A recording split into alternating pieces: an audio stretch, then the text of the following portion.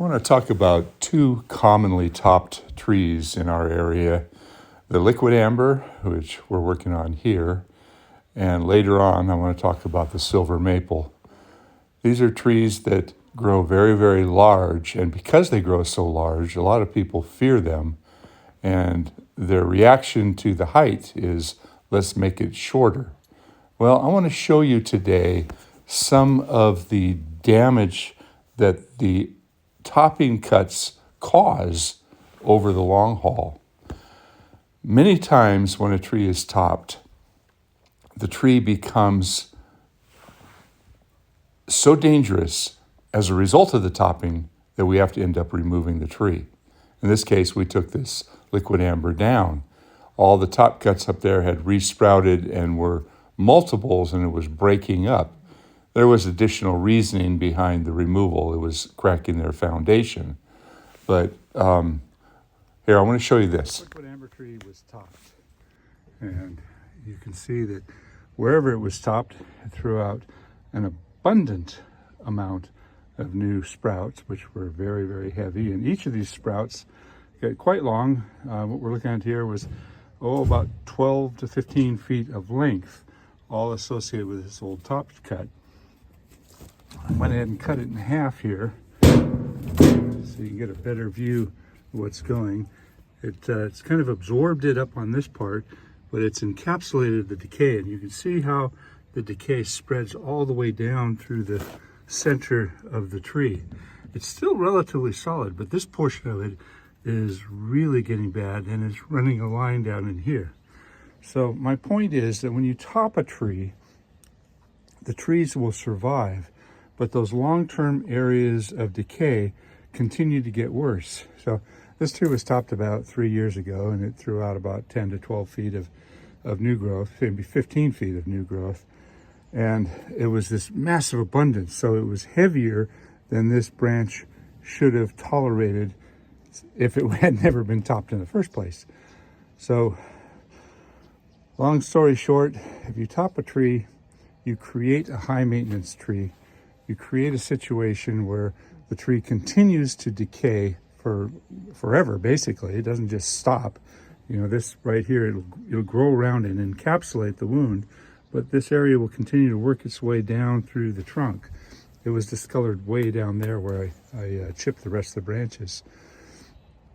Some trees are much worse than others. Some trees will tolerate hard pruning better than others, like a sycamore, for instance, or even a Chinese elm. They tolerate the hard cuts better. The liquid amber is kind of middle of the road.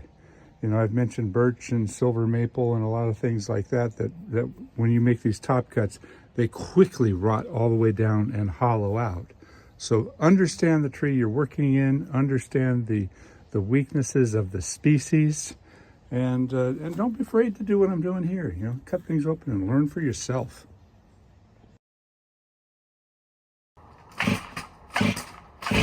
I made kind of a ballsy decision here to drop 20 feet of the trunk across their pathway.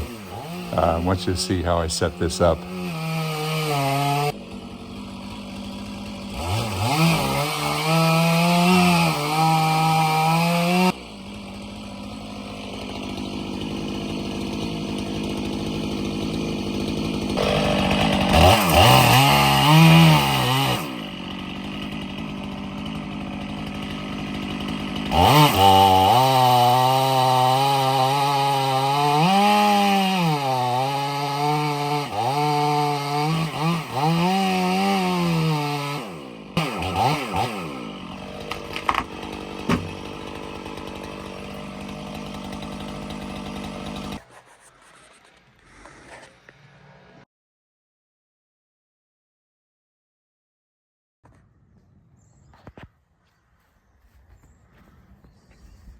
No damage.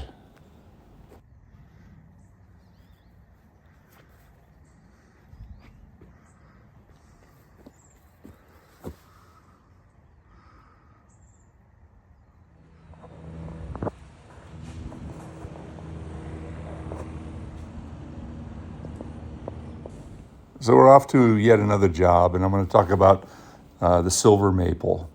And the silver maple is one of the most aggressive decaying trees. When you make a bad cut or a topping cut on this species of tree, they rot out quickly and extensively.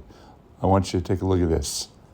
That hole right there, I took a twig and it was almost 2 feet deep into soft tissue, and I'm sure it went much further. And it had extensive amount of water inside. And some of these cuts, there's one that I had taken off because it was already dead. Honestly, this tree, my first thought of it was this tree should go. But, I talked with the homeowner, and the homeowner said that this is always going to be a rental property and the people really like the shade. So because it's a rental property, the owner doesn't want to spend a ton of money on it, but they'd like to get a tree that comes back. So I made the suggestion to do the wrong cuts again, but below all these bad topped cuts. Start over. That'll give the tree probably another decade before they've got to start worrying about it. But if they maintain it, they can keep it safe enough. So, hard pruning is not something that I would ever suggest on a tree that hasn't been destroyed from the past pruning. But that might not be a bad idea for this tree. So you have to take every situation at face value and really think it all through before you say, oh, that tree's got to go. But in saying that, I want you to check out what I found on this particular limb. And I had to make some more extreme cuts to keep the weight off of this one because of the extensive decay at the base of this particular limb. I think this limb had something rip off a long time ago.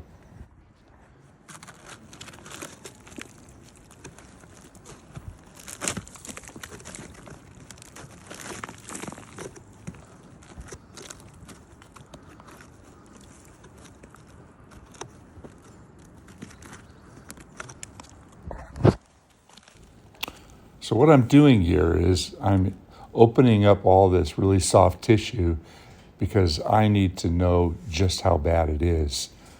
I wasn't sure whether I had to take this whole limb off or if I could cut enough weight off of it, because that was kind of a balancing limb. If I took it off, the tree would have looked very, very much one-sided. And, in truth, it was much worse than I thought. Very, very little holding tissue in there. So I did not cut this limb all the way off. I opted to cut all the heavy end pieces off and just leave a few small sprouts on here.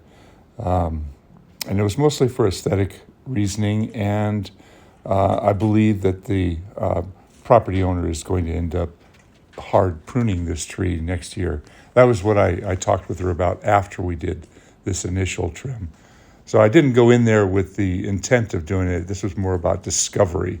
We took out all the major dead limbs and did some pruning to make it a bit safer. But in the long run, this tree is a mess.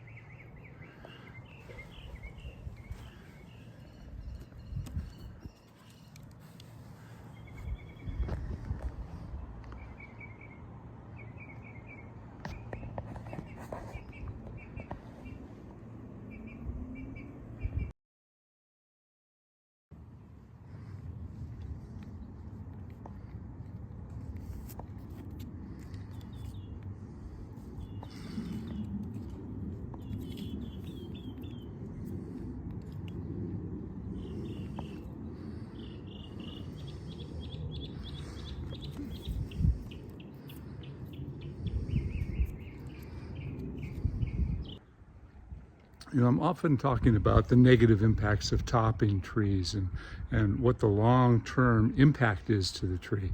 And as you can see clearly on these two videos that I'm showing today,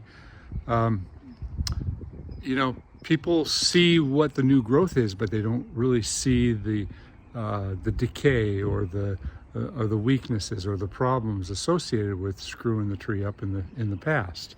Now this silver maple that I'm working on right now, I'm thinking, you know, this thing is pretty far gone. It's got so many bad decay pockets that either remove the tree or cut the heck out of it and let it start over. You know, there I go. You know, here I'm talking about topping a tree. Well, I would never recommend that if this tree had not been butchered in the past and we're dealing with all the weaknesses up in the top of the tree. So, what's the best thing to do? Well, on today's job, I'm just taking out all the big dead branches and lightening up some of the branches. But I got a decision to make on the one piece that I just showed you. There's so much rot in there that's a very heavy limb, and it's right over this nice apple tree. So I see the apple tree as being more valuable than the big old butchered silver maple. Throughout the upper canopy are the cavities from the past hard topping. And even though many of them have sealed up, the cavity is still inside.